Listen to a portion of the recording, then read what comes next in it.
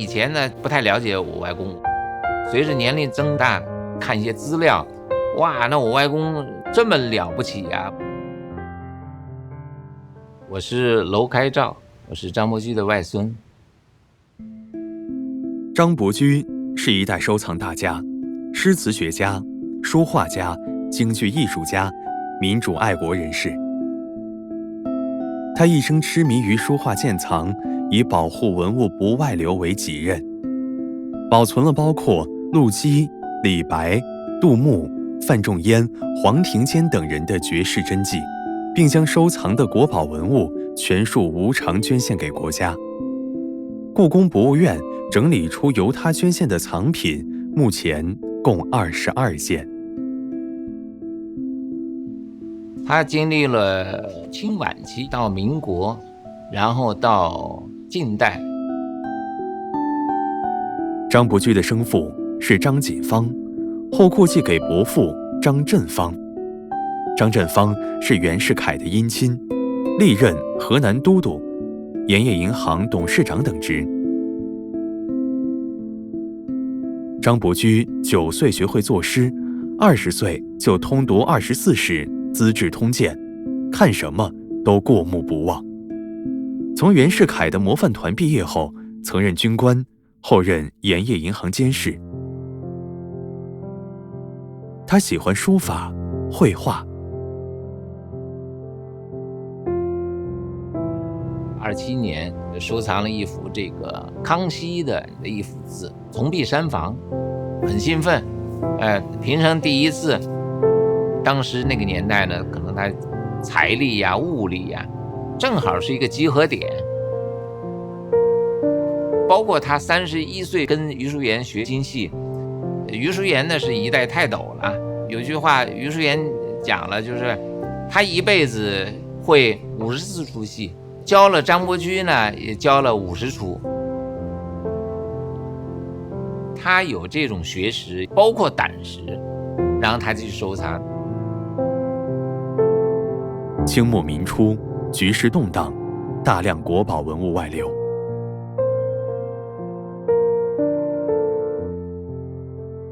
平复帖》是近代陆机的作品，传世书法中年代最早的名帖，比王羲之的《兰亭序》还早60多年。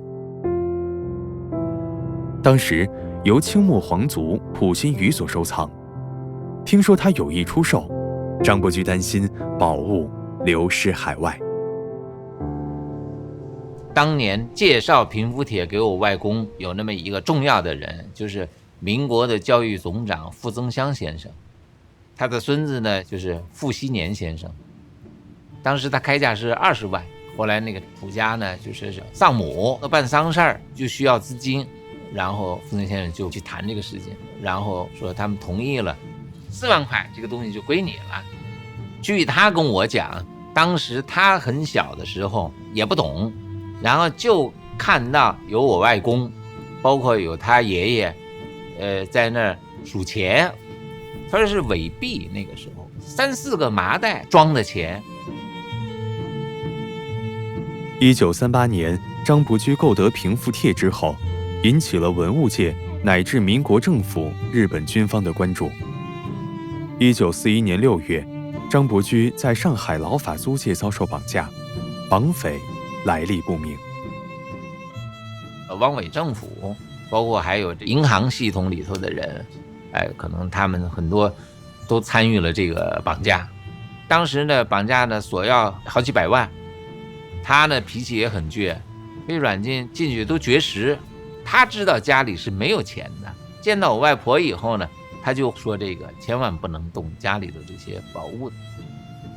绑匪呢也没办法，最后呢是一降再降，后来呢说降到了40万。那这样我外婆呢就是卖她的首饰，亲戚朋友的借钱，最后凑齐了40万。《游春图》是隋朝画家展子虔创作的绘画作品，距今约1400年，是迄今为止存世最古老的画卷。《游春图》它是当时开价很高，800两黄金。我外公呢，当时跟他们就讨价还价嘛，后来变成200两，那我外公呢根本就掏不出这个钱，所以致使他呢把这个弓弦胡同那一处房子呢，就李莲英的一个宅子，现在讲都是叫豪宅了，他把它等于变卖了。根据张伯驹的《从壁书画录》的不完全统计，在1960年前，经由他收藏的古书画有118件，总数价值连城。就是从解放初期，一直到5、6年，陆陆续续的把东西最后全部捐给国家。他当时呢，确确实实是为了保护这些珍贵的文物。过去我们传统式的文人收藏呢，都是家传，但是很多事情呢，你事不过3代，这个最后呢，就是被变卖。所以只有放到国家，国家的力量是无穷的呀。你放到私人的手里呢，就不会把它拿出来了，国家就会把它拿出来展示。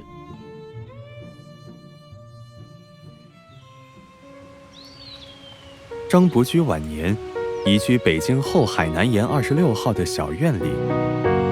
1982年，张伯驹去世，享年84岁。5、6年，把这个北大那边那个承泽园，卖掉以后，然后就搬到这个地方。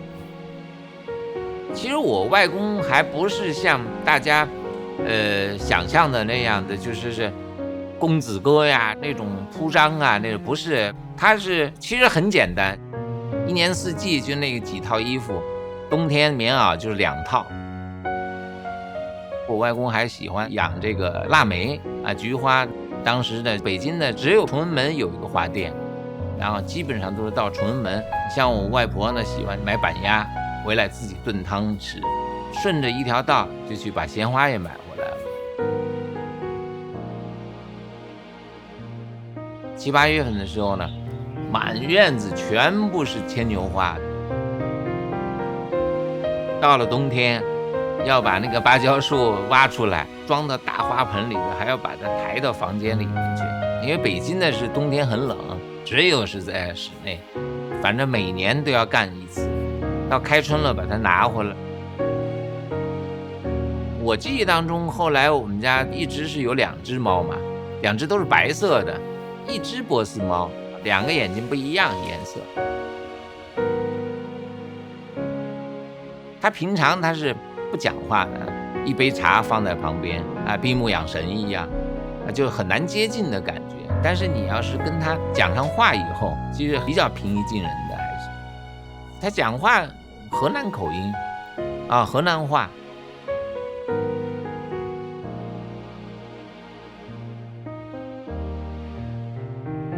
他每个星期都是很有规律，比如像每个星期3是有人陪他来下棋。比方周4呢，是有他的学生啊，有谁过来给他弹弹琴啊，或者今天呢，晚上长安大戏院有什么戏，让我骑着自行车带他去，根本不买票的，门房人都认识他。这张大爷来了，刘海粟每一年都要到我们家来，小时候都经常见他们，包括启功先生、萧中梅、萧劳先生、黄君坦，包括沈玉君、周汝昌。有时候他就是临时突发奇想，命令我去同和居专门去买那开花馒头了，要不然就是拿一个罐头瓶，然后去那个莫斯科餐厅去买一个红菜汤，4片面包，然后黄油果酱磨好了给他带回来。有时候呢兴致好了，就一起来去莫斯科餐厅喝那个罗松汤。我外婆他们那个是生活起居呀，都在这个房子里面。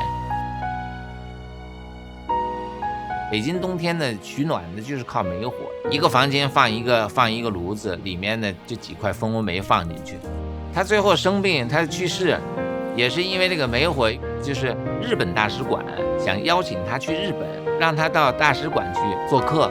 那大使馆里面的人家是有暖气的，所以他一回来，当时呢已经都80多岁了，房间里的温度很低，不是，然后就感冒了。